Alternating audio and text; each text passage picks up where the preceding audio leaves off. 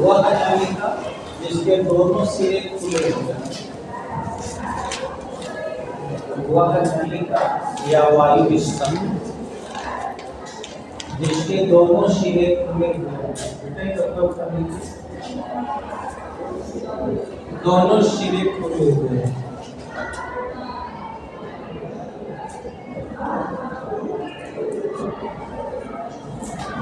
उसे हम खुला ऑर्गन पाइप कहते हैं।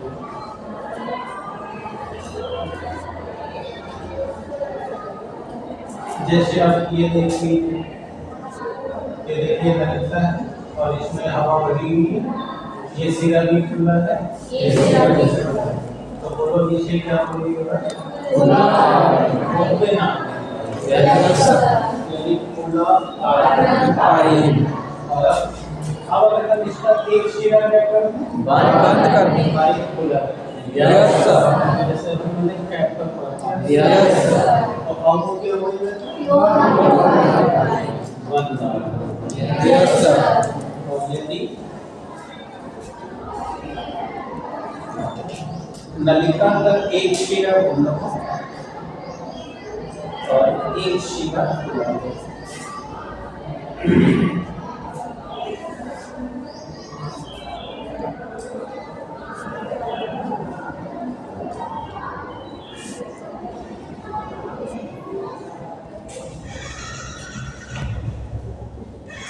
एक सिरा बंद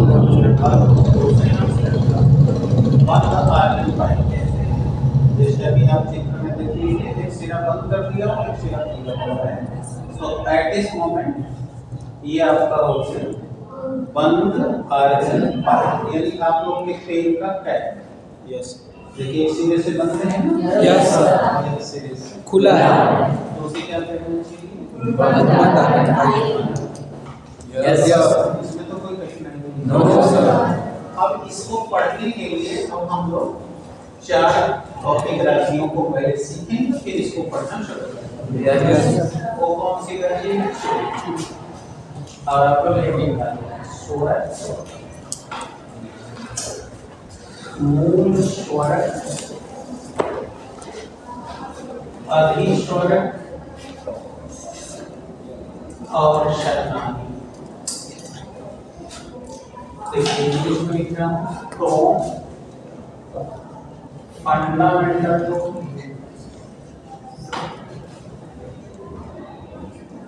hyper tone and harmonics. Harmonics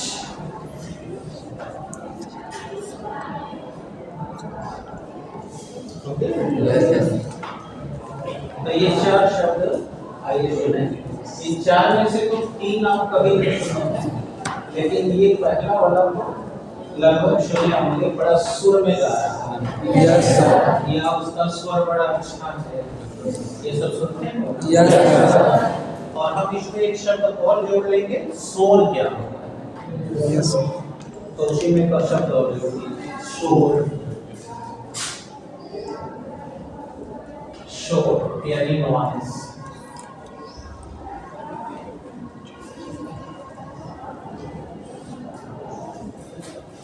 तो अब आप लोग सीखना शुरू कीजिए। और देखिए 5 शब्द इसमें लिए गए हैं, 5 फिजिकल क्वांटिटीज पर हम चर्चा करने जा रहे हैं। एक शब्द है स्वर, मूल स्वर, अधिस्वर, शरणार्थी। अंग्रेजी भी लिख सकता हूँ। यस। तो चलिए पहले समझते हैं स्वर क्या होता है। आइए ध्यान से सुनिए। देखिए जब कोई एक व्यक्ति अकेले यानी सिंगल गायन कर रहा हो तो वो अपनी इच्छा अनुसार साउंड को कम ज्यादा करके लोगों को अपना गीत सुनाता है। लेकिन आपने देखा होगा कई बार डुअल सॉन्ग या ग्रुप सॉन्ग होता है। और एक ग्रुप में कम से कम 4 या 6 लोग मिलकर कोई गीत गाते हैं। तो देखना उसमें सुर ताल मिलाना पड़ता है। यस यानी एक शाम में आवाज लो करनी होगी, एक शाम यानी अपने गायन शैली के अनुसार उन्हें तेज धीमा करना होगा। यस और अगर ऐसा ना करें तो देखना सुनने वाले को उनका ताल में एक जैसा बैठने ना बैठने से उनको वो अच्छा नहीं लगेगा। यस यस वैसे ही जैसे गायन के लिए है, वैसे ही देखना गायन में वाद्य यंत्रों का भी बड़ा रोल होता है। यस यस जैसे आप कभी ऑर्केस्ट्रा सुने हैं, कभी Yes. ऑर्केस्ट्रा देखे हैं आपको? Yes. यदि नहीं भी देखे हैं तो आपने लोगों को हर कीर्तन गाते हुए तो देखा है। यस यस तो देखो हर कीर्तन में वो ढोल, हारमोनियम, यस हमारा ये है।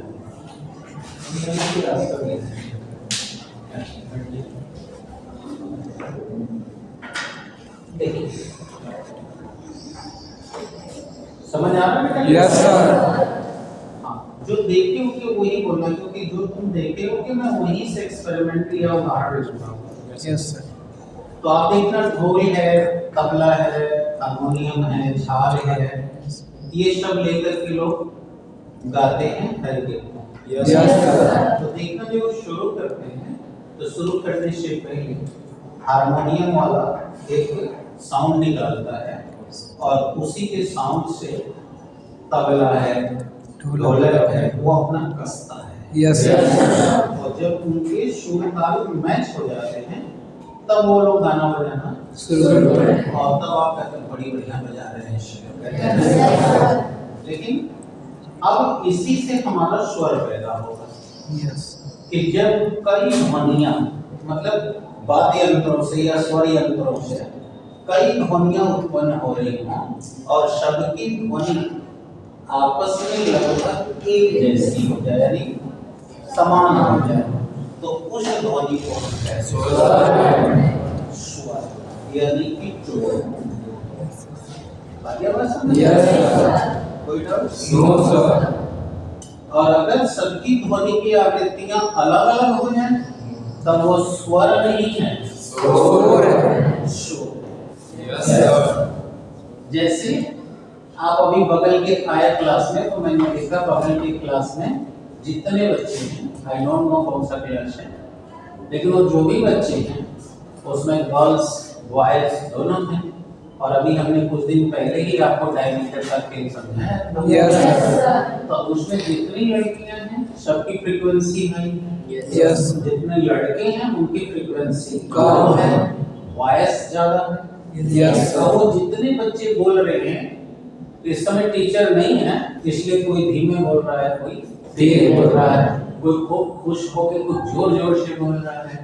अब आप किनारे खड़े हो जाइए कमरे के बाहर, एक आप जरूर रखेंगे। यस तो अब वो लोग क्या बतिया रहे हैं, कोई भी आप सबको सुना नहीं क्यों? क्योंकि वो स्वर नहीं है, शोर है।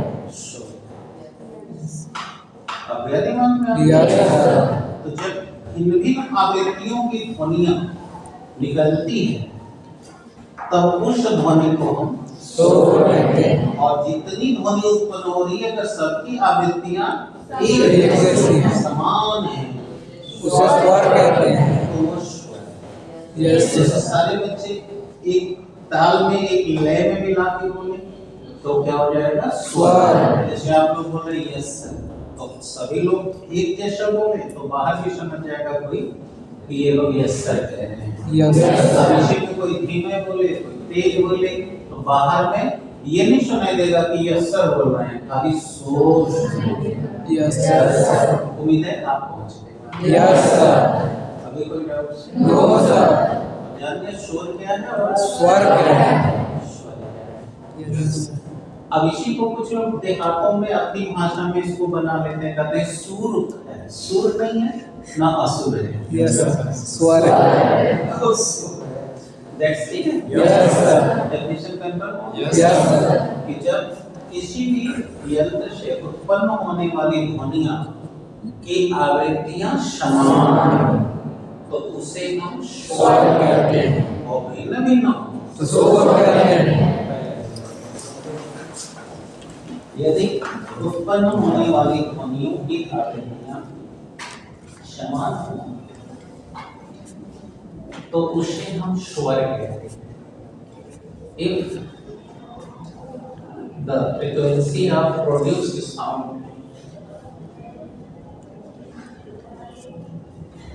are similar to one another, each other नहीं बोलना है, दो के लिए each other बोलते हैं, दो से ज्यादा होगा तो one another।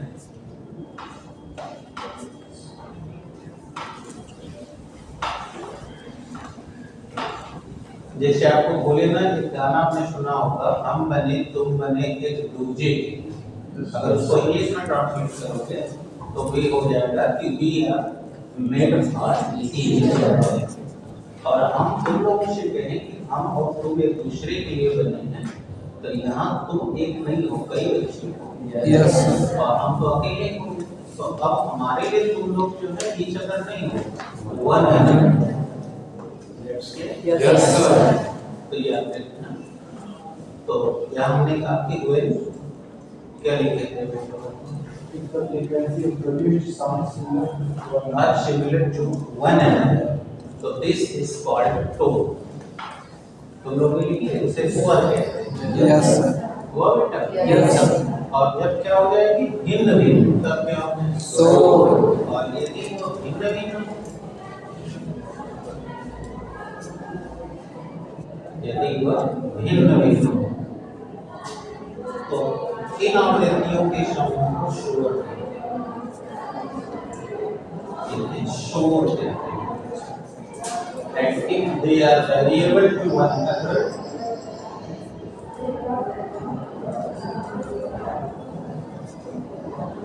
they are variable to one another,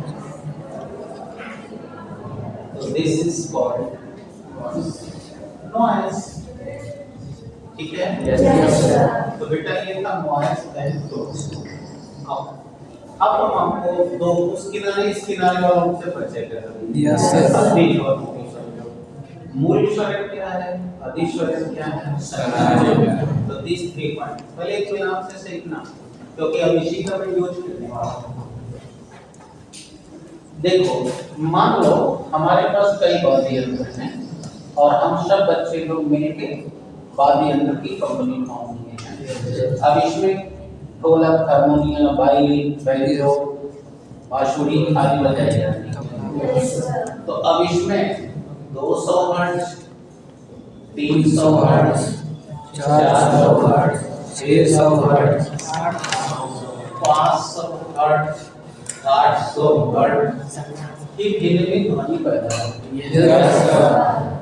अब तो तुम कह सकते हो कि अभी यहाँ कोई स्वर नहीं है, तो इतनी आवृत्ति की ध्वनियां पैदा हो रही हैं। तो बोलो इसमें सबसे कम ध्वनि कौन है? तो ये जो 200 हुआ, ये कहलाएगा मूल स्वर। यानी कि जब भिन्न भिन्न आवृत्ति की तरंगें या ध्वनियां पैदा हो रही हो, उनमें जो सबसे कम आवृत्ति की तरंगें हैं या ध्वनि है, उसे हम मूल स्वर कहते हैं। और उनको छोड़कर बाकी जो शेष बचे अधिक स्वर हुआ अधिक स्वर। यानी कि 300, 400, 500, 600, 800 ये सब ओवरटोन है, यानी ये हाइपरटोन, उसी को ओवरटोन में कहते हैं। तो ये हाइपरटोन है। Yes sir. Very much. Yes sir. और ये तो मूल स्वर। अगर यहाँ बताओ 100 हर्ट्ज की भी होती तो 100 स्वर। और ये शब्द यस सर। क्या आया बस? Yes sir. अब समझो सन्नाटी कौन है। अब देखो, सन्नाटी को लेना है तो तुमको खोजना पड़ेगा अधिस्वरक में। अब बताओ, ये तुम्हारा मूल स्वरक हो गया। Yes sir. और मूल स्वरक को हम एन से डिनोट करते हैं। Yes sir. बेटा दिमाग उधर उधर मत करना, यही सीख लेना, नहीं तो फिर आप फंस जाओगे। तो बोलो मूल स्वरक कौन सा है? और बताओ अधीश्वर कौन है?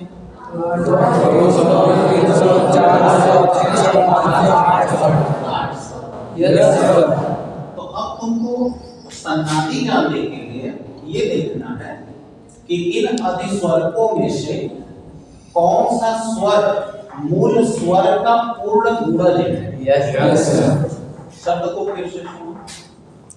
अधिस्वरकों में से कौन सा स्वर मूल स्वर का पूर्ण गुणज है। पूर्ण गुणज का मतलब कंप्लीट 2 गुना 3 गुना 4 गुना चाहिए, यानी 1.5 गुना पौने 2 गुना नहीं चाहिए। अगर 1.5 गुना पौने गुना करोगे तो प्रभाती हो जाएगा, तो वह पूर्ण नहीं है। पूर्ण का मतलब या तो 2 गुना हो, 3 गुना हो, 4 गुना हो, 8 गुना, 20 गुना, 100 गुना हो, लेकिन 1.5 गुना, 7 गुना, 3.25 गुना, यानी कंप्लीट होना चाहिए। देखो 200 100 का 2 गुना है, ये 3 गुना, ये 4 गुना, 5 मान लो इसी में एक तो 750 हर्ट्ज है, मान लो इसी में एक 650 हर्ट्ज है, तो इससे ये ज्यादा तो है, अतः ये भी हुआ तुम्हारा अधिस्वर, लेकिन ये सन्नादी नहीं है। जो पूर्ण गुणज है वह सन्नादी है, और अगर वो कितना गुना है वो सन्नादी है। जैसे ये 2 गुना है तो द्वितीयक सन्नादी है, ये 3 गुना है तृतीयक सन्नादी है, और ये 8 गुना है तो आप समझ में आए? अच्छा, अब जैसे 200, 150, 300, 400, 450, 650, 750 इतनी हर्ट्ज की आवृत्ति पैदा हो रही है। अब तो लोग बताओ इसमें मूल स्वर कौन होगा? और ये लोग क्या हो गए? अब सन्नादी बताओ। 300, 450, ये सन्नादी है, ये सन्नादी है, ये सन्नादी है। सही बताओ। 750, ये देखिए 750, देखिए ये 1.5 गुना 300, ये द्वितीय सन्नादी है, ये 1.5 3 450 ये सन्नादी है। ये 15 7 15 5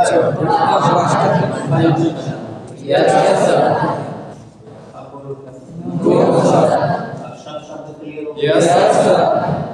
डाउट है? अनिमानी दोष? एकदम पक्का?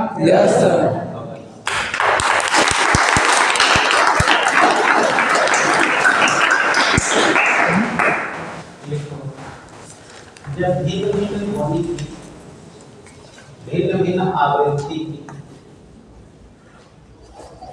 ध्वनि उत्पन्न होती है,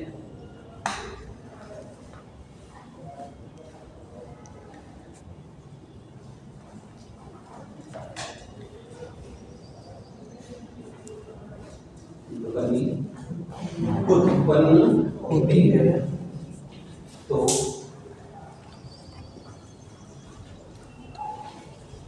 यस सर। उसमें सबसे कम आवृत्ति वाली ध्वनि को, जो उसमें सबसे कम है, लोएस्ट, सबसे कम आवृत्ति वाली ध्वनि को, ठीक है? यस। और क्या कहेंगे? मूल स्वर। फंडामेंटल यानी मूल स्वर है। हाँ, if the sounds are produced of various frequencies,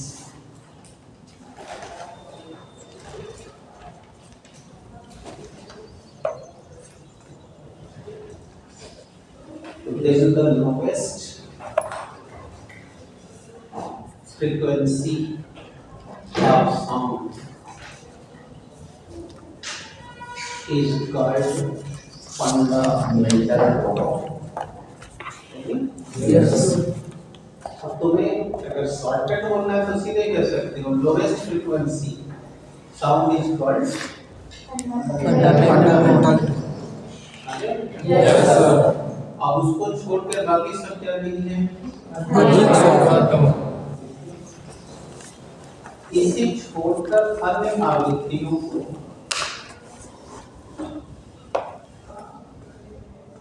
अधिस्वरक कहा जाता है। The rest of the sound are having the variable frequencies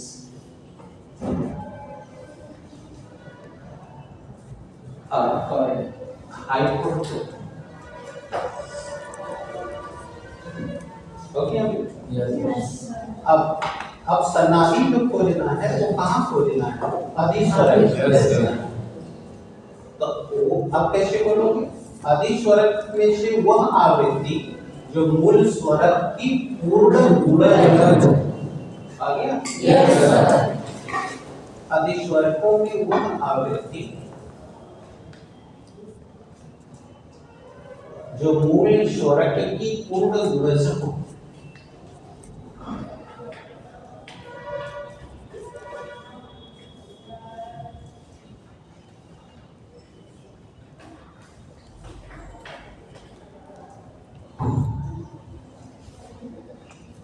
मूल स्वरक की पूर्ण गुणज ओके। Yes. उसे शनादी और वह जितनी गुणी होती है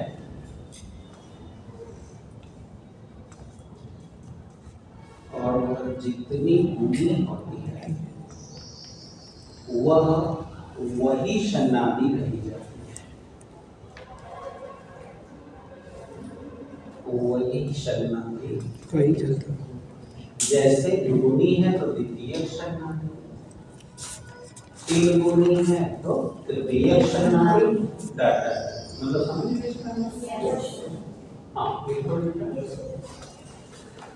The complete multiple daily of the fundamental tone is called harmonics.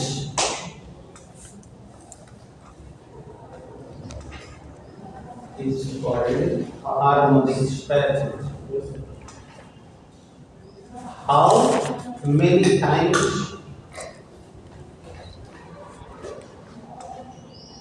this hypertone will be after the fundamental tone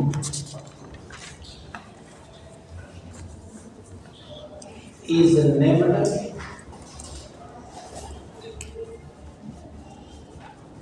according to the multiple value. For example,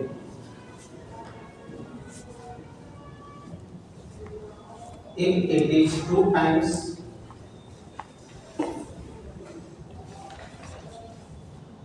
so then it will be told second harmonics.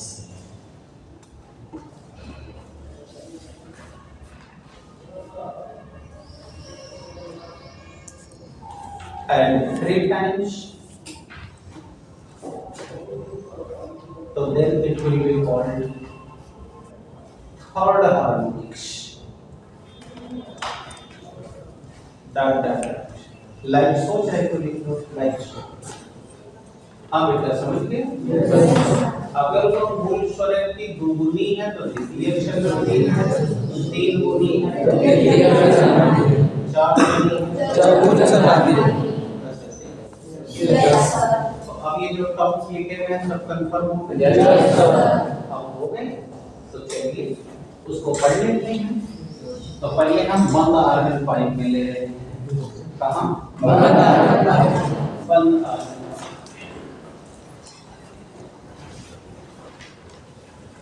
हाँ बेटा जरा ध्यान से देखिए और जो मंत्र आप मुंह में पढ़ रहे हैं उसको खड़ा होकर बोलने की कोशिश करिए। देखिए,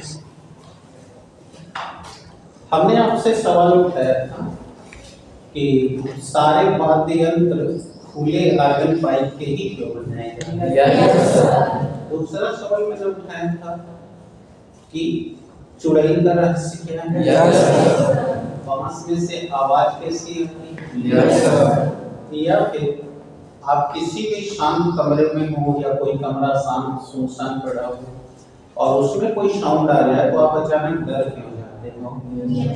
तो ये सारे सवालों के जवाब हम आपके सामने ला रहे हैं और उसे फिजिक्स से मैथमेटिकली प्रूव करके दिखाते जा रहे हैं। Yes, sir. अब आइए शुरू। ये रहा, आप चित्र देख के समझिए। एक्स वाई एक बंद आर्गन पाइप है यस सर। जिसकी लंबाई L है। Yes, sir. अभी कुछ दिनों पहले आपको भी चार आवृत्ति और तरंग दैर्घ्य में समझ बताया भी बराबर है और भी समझाया था कि वायु में ध्वनि की चाल कितनी होती है? 0 डिग्री पर। अगर टेम्परेचर 1 डिग्री बढ़ता या घटता है तो किस तरह बढ़ेगा? Yes sir. और हमने उस दिन कहा था कि एक सवाल और आपको बताएंगे कि जंगलों में आवाज दूर तक क्यों सुनाई देती है और रियाज करता है संगीत का तो नदी के किनारे पे होता है और गांव में लोग सीमान में जोर दूर कोई हो तो बोले तो भी वो सुनता है। ऐसा क्यों? तो आइए सारे प्रश्नों का जवाब आपको मिलने वाला है। आइए एक एक करके सीखिए, उनको कैच कीजिए। अब आप लोग बैठिए। अब आप लोग वहीं से देखिए, बताइए ये बंद आर्गन पाइप है कि नहीं? Yes sir. Yes sir. और इस आर्गन पाइप में देखिए ये L लंबाई का ये हमारी नली है। Yes, sir.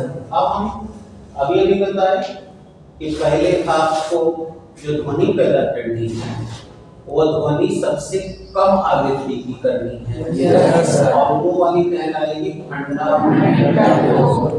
ठीक है? Yes sir. फिर आप उससे ज्यादा जितना कंपन करना हो करते जाएंगे। यस। तो ये देखिए आपको सुनाने के लिए ये मैंने यहाँ पे यदि सबसे लोएस्ट अगर कान तक गई है यस। तो वो मूल स्वर है यस। और उसको हम पहले लेके चलेंगे। Yes.